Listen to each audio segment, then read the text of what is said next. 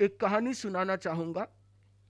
एक पति पत्नी दोनों बैठे थे। पति बिजनेसमैन था और पत्नी क्लास में टीचर थी।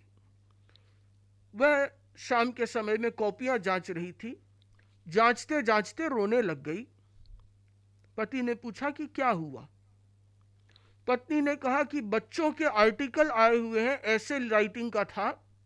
तो एक बच्चे ने लिखा है कि काश मैं मोबाइल होता।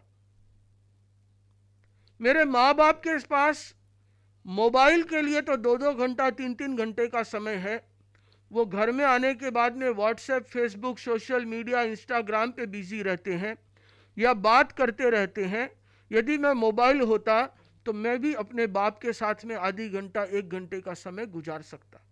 काश मैं मोबाइल होता तो माँ मुझे हमेशा अपने पास में रखती, मेरा ध्यान रखती, सहलाती। तो ये सुन करके उस पिता के मन में भी आया और कहा कि ये बच्चा कौन है, इसके माँ बाप को तुम जरूर बताना कि वो अपना थोड़ा समय बच्चों पे लगाए। तो उस माँ ने कहा कि ये बच्चा और कोई नहीं, अपना ही बेटा है, जो मेरी ही क्लास में स्कूल में पढ़ रहा है, उसने ही आर्टिकल लिखा है। तो जहाँ ये स्थिति हो कि माँ बाप के लिए बच्चों के लिए समय नहीं हो, तो फिर बच्चों को संस्कारी कौन बनाएगा। सबसे ज़्यादा जरूरी है बच्चों को समय देना। यदि आप उनके साथ में समय बिताएंगे तो बहुत सी चीज़ें वे आपके साथ साथ में सीख जाएंगे। बच्चों को सिखाने के लिए या उनसे कोई काम कराने के लिए 2 तरीके की चीज़ आती है। एक होता है रिवार्ड, दूसरा होता है पनिशमेंट, जिसे दूसरी भाषा में मैनेजमेंट में कैरेट एंड स्टिक इफेक्ट भी कहते हैं। तो यदि हम बच्चों को मारें, पीटें या उन्हें बहुत ज़्यादा डांटें, गुस्सा करें, पनिशमेंट दें, तो कभी कभी नहीं, अधिकांशतया उन बच्चों के बिगड़ने की संभावना ज़्यादा होती है और उसके बाद पे उन पे असर खत्म हो जाता है। चाहे आप कुछ भी कहो, कुछ भी करो, उन बच्चों के ऊपर उसका असर नहीं होता। जिसके बाद माँ बाप कहने लग जाते हैं कि वो तो एकदम डेटो है, इसको तो कोई असर ही नहीं होता, चाहे कितना ही कुछ कह दो। और ऐसा कह कह करके उसकी बात का उसके ऊपर में और असर जमा देते हैं कि इसको तो कितना ही समझा दो, इसके कुछ समझ में नहीं आता। वो बच्चा भी उस चीज को सुनकर के इस बात को पकड़ लेता है कि मुझे चाहे कोई कितना ही समझाए, मुझे कुछ भी समझ में नहीं आएगा, क्योंकि यही तो आपने कहा है। उसी चीज को बच्चे ने फॉलो कर लिया।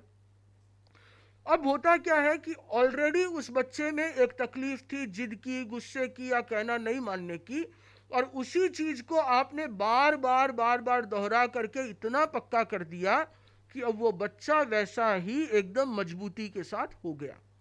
तो इस स्थिति में अब बच्चे के सामने वो समस्या और बढ़ जाती है।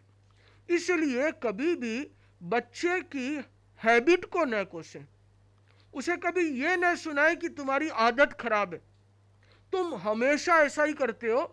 ऐसा नहीं कह करके जिस समय वो गलती करे उस समय की बात करो। ये मत कहो कि तुम हमेशा ऐसे करते हो, तुम हमेशा कहना नहीं मानते, तुम हमेशा झगड़ा करते हो। हमेशा नहीं, जिस समय झगड़ा किया वो कहो कि तुमने अभी ये जो झगड़ा किया है, क्या ये अच्छी बात है। तो बच्चा अपने आप चीज को समझ जाएगा।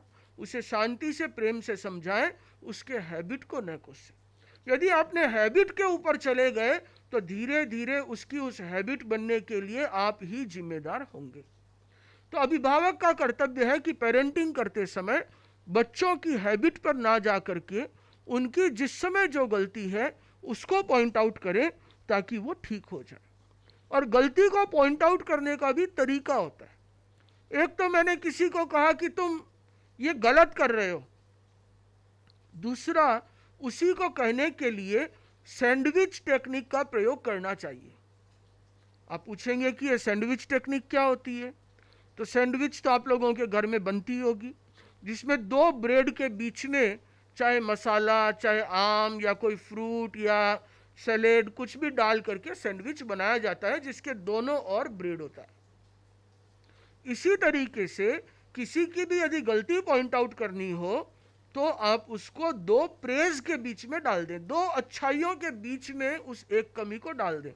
जैसे एग्जाम्पल के लिए मान लीजिए कि आपके बच्चे ने आपका कहना नहीं माना, तो आप इसको इस तरीके से कहें कि मेरा बेटा हमेशा मेरा कहना मानता है, और बहुत अच्छा है। आज शायद वो इस कारण से उसने कहना नहीं माना होगा, बट मुझे लगता है कि भविष्य में वो उसका ध्यान रखेगा क्योंकि ये विनीत है। तो आपने दो अच्छाई के बीच में उसकी गलती को पॉइंट आउट कर दिया। मुनिश्री राकेश कुमार जी स्वामी को जब किसी को कोई गलती निकालनी होती तो पहले वो उसकी तारीफ करते, उसके बाद उस जैसे किसी एक संत ने भाषण दिया, उसमें कुछ अशुद्धियां थी, तो उसे बोलेंगे कि ये बहुत अच्छा भाषण दियो, इन्होंने भाषण दिया बहुत साहस के साथ और बहुत अच्छी तैयारी के साथ दिया, अच्छा विकास किया है तुमने, थोड़ी सी ये ग्रामर की मिस्टेक और ठीक कर लो तो और अच्छा हो जाएगा, वैसे तुमने काफ़ी अच्छा बोला।